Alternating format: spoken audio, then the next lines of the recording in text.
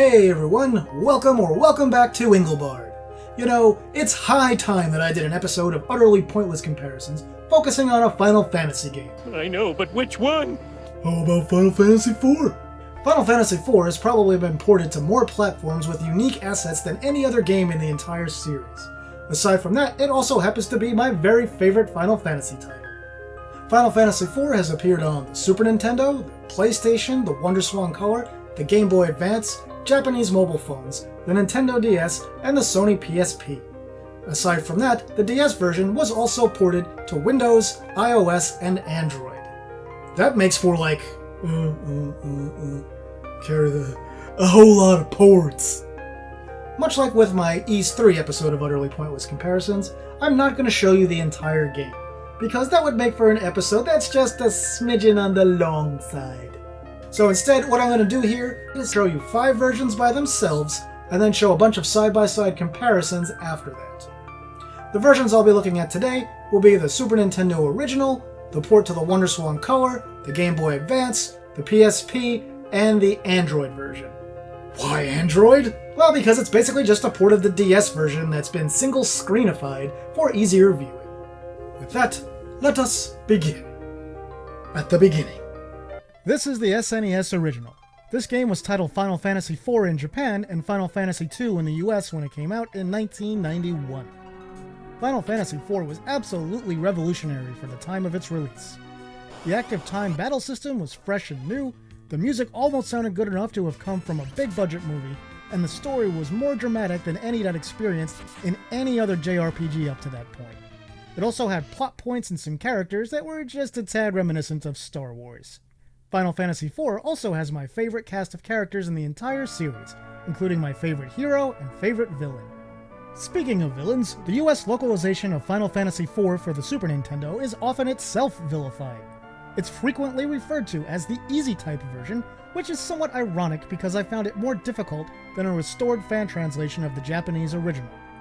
Anyway, the US version has a fairly sloppy translation, is slightly censored in a few areas, is missing a lot of character abilities, and is missing a metric ton of usable items. As you can see here, Final Fantasy IV on the SNES isn't really much of a looker. The use of Mode 7 while on airships is nice for an early SNES game, but overall the maps look very simple, there's not a huge variety between areas, color usage is pretty poor, and the battle backgrounds are often extremely plain and simple. If you look at the Famicom version of Final Fantasy III, you can see that 4 on the Super Famicom was an improvement, but maybe not as big an improvement visually as one might expect in moving from an 8-bit system to a 16-bit system. Without wading into spoiler territory too much, one thing that happens far too often in this game is self-sacrifice. If you've played it, you'll know exactly what I mean. If you haven't, well, going into any more detail will indeed spoil quite a lot, so I'm not going to do that. But really, other than slightly weak graphics and a bit of melodrama loaded with self-sacrifice, this is really an amazing game. Let's see how things fare on the WonderSwan Color. Hey, did you even know this existed? If you're not familiar with the WonderSwan Color, here's the deal. The original WonderSwan was a monochrome Game Boy competitor released by Bandai in Japan in 1999, about 10 years after the original Game Boy. The WonderSwan Color was an updated version of the hardware with color graphics that came along the following year. It uses a 16-bit CPU matched with a sound chip that sounds kinda like the NES's sound chip.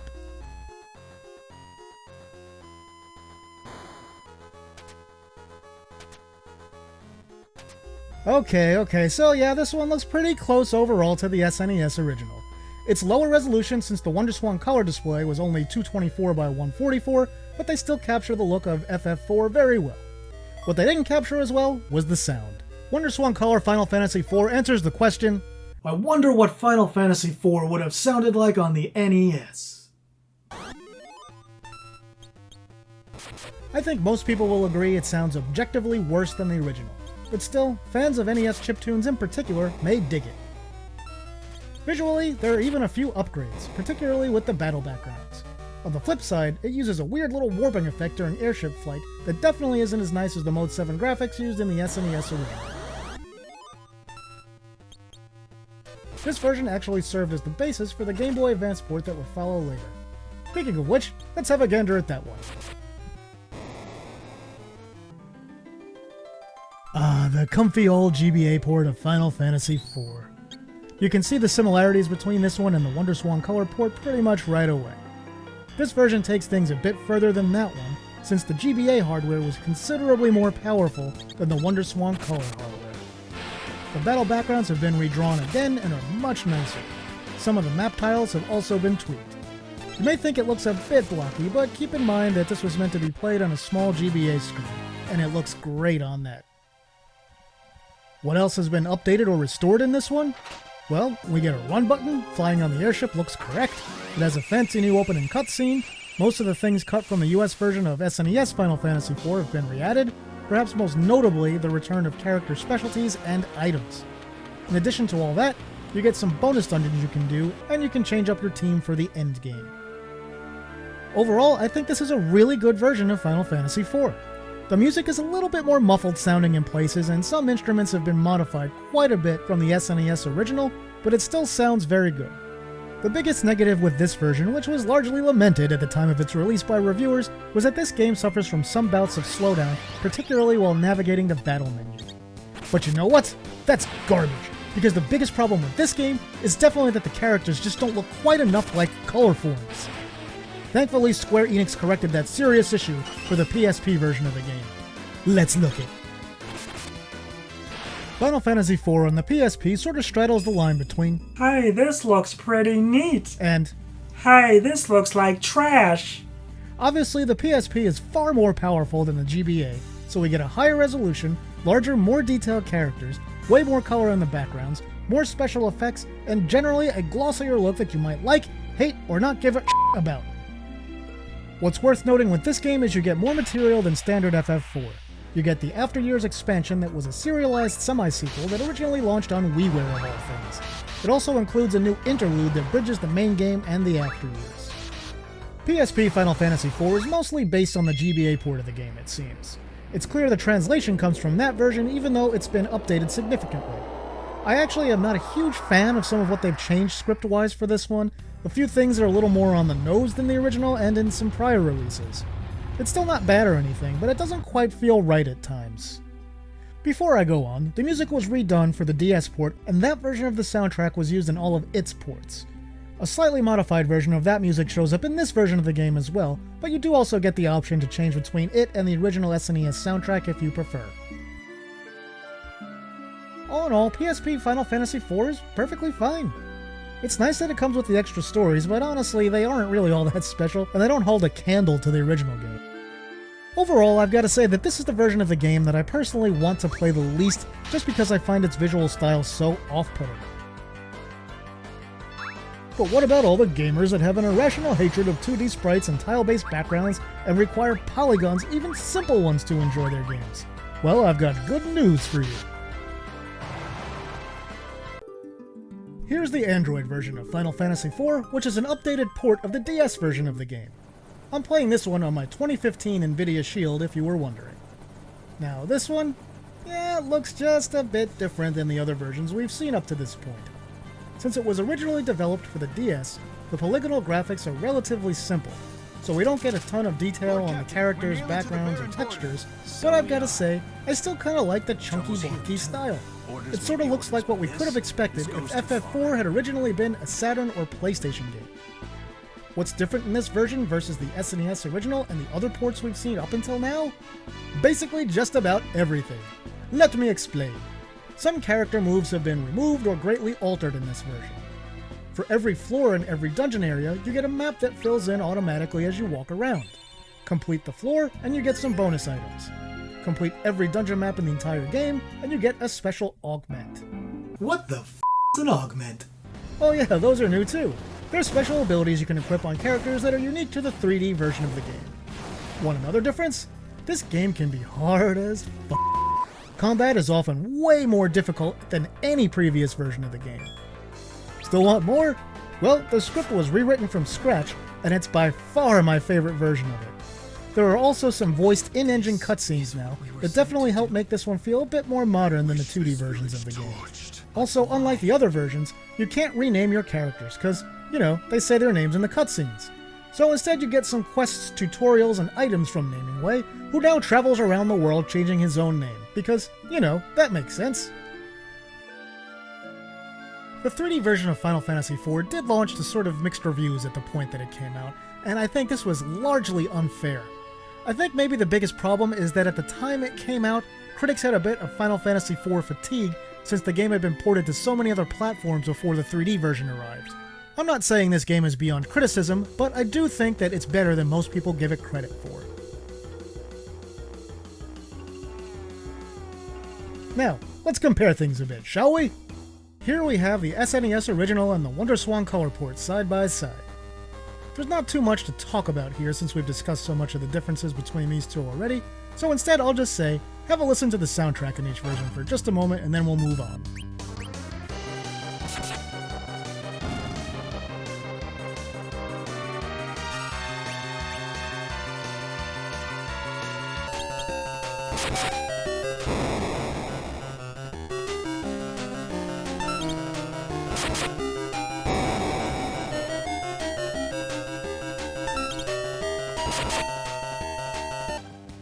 Now let's see the SNES original versus the Game Boy Advance version. Man, those battle backgrounds are so much nicer on the Game Boy Advance, aren't they? Despite some fairly low review scores from back in the day, I'd have no trouble recommending the GBA version over the SNES one, honestly. The dash button alone makes a huge difference. Enjoy looking at these two versions side by side for just a moment.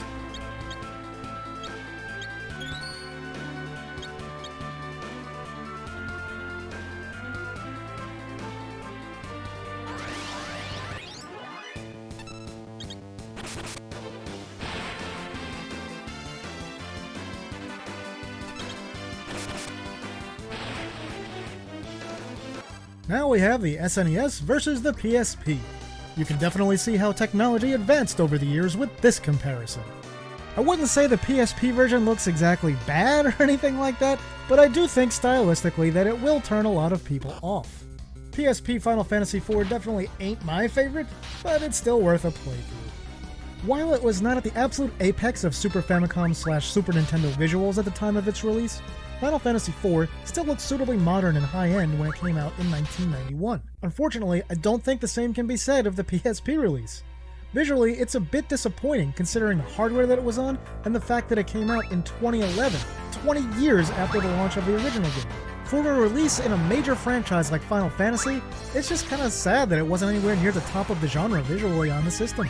Finally, let's take a look at the Android and PSP versions side by side. Why? Well, they're basically the two highest fidelity options available at the point of recording this video that you can still purchase. Yeah, there are some hacks, mods, and updates for the PC version that can change its appearance a bit, but it's still essentially the same game as the Android version. The different approaches taken with these two games yield very different results. The 3D version feels like a lot of love and care went into its development, like they really wanted to push its original platform, the Nintendo DS, as far as they possibly could. Story-wise, I think the voiced cutscenes also help give it a bit more emotional punch than the other versions as well. Meanwhile, the PSP version of Final Fantasy IV looks like they just took the existing engines for PSP Final Fantasy I and II and shoehorned this game on top of them for a quick buck. I've always felt that gave this version of the game sort of a cheap or budget vibe, almost like a Flash game for people who remember those. On the plus side, the script in the PSP version is the second best behind the 3D version in my opinion, so it's got that going for it at least. Now, I know I've been a little rough on the PSP version of the game, but really, it's still a great game. It's still Final Fantasy IV. I could see fans of modern 2D games preferring this one, I really could.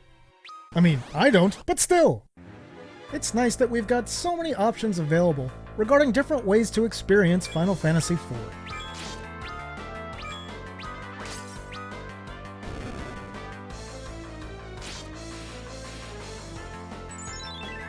Obviously, I haven't shown you every version of Final Fantasy IV or discussed every difference in the versions that I did show you. I figured most of you would rather not watch a 3-hour video breaking all of those things down meticulously. But I have added a link in the description below that covers most of the differences between most versions of Final Fantasy IV in detail. Here, have a look at a few more scenes before we finish up.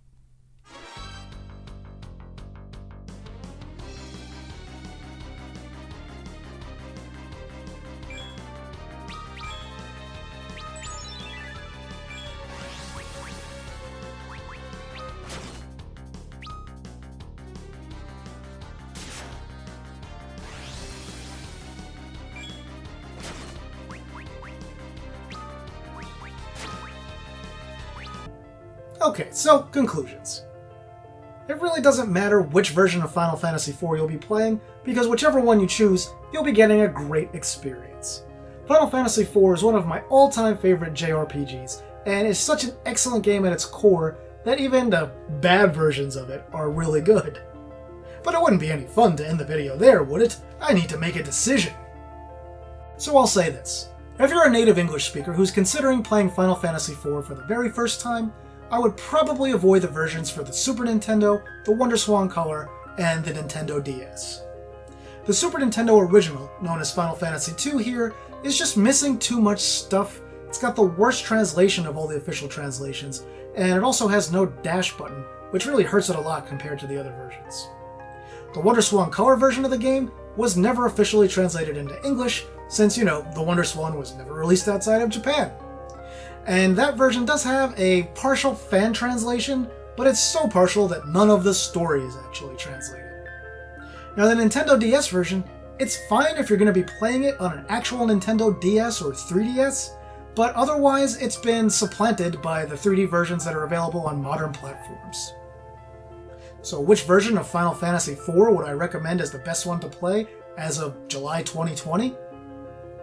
Well, I would have to go with the modern 3D version of the game.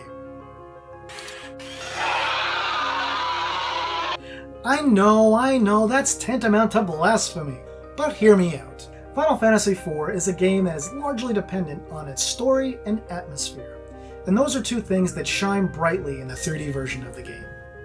It has the best translation of the story, it's got the most unique and challenging gameplay of all the versions, and hey, it even lets you run anywhere you want, including on the world map, instead of only in towns and dungeons. And really, what's better than that? Nothing, that's what! So in the end, my recommendation would be, go ahead and play it on Windows, Android, or iOS. As a side note, I'll add that there is a fan translation, well, multiple fan translations, for the Super Famicom version of Final Fantasy IV that restore all the things that were taken out of the US version, and even add the run button to the game. So if you want to experience it on original hardware, that's the best way to do it at this point. But even so, my recommendation would still be to play the modern version. And that's going to just about do it for this video, my retro gaming friends. What do you think of Final Fantasy IV? Do you like the after years? Which version of Final Fantasy IV is your favorite? Go ahead and let me know in the comments. I'd love to hear your opinions. With that, I will say thanks for watching, and see me later.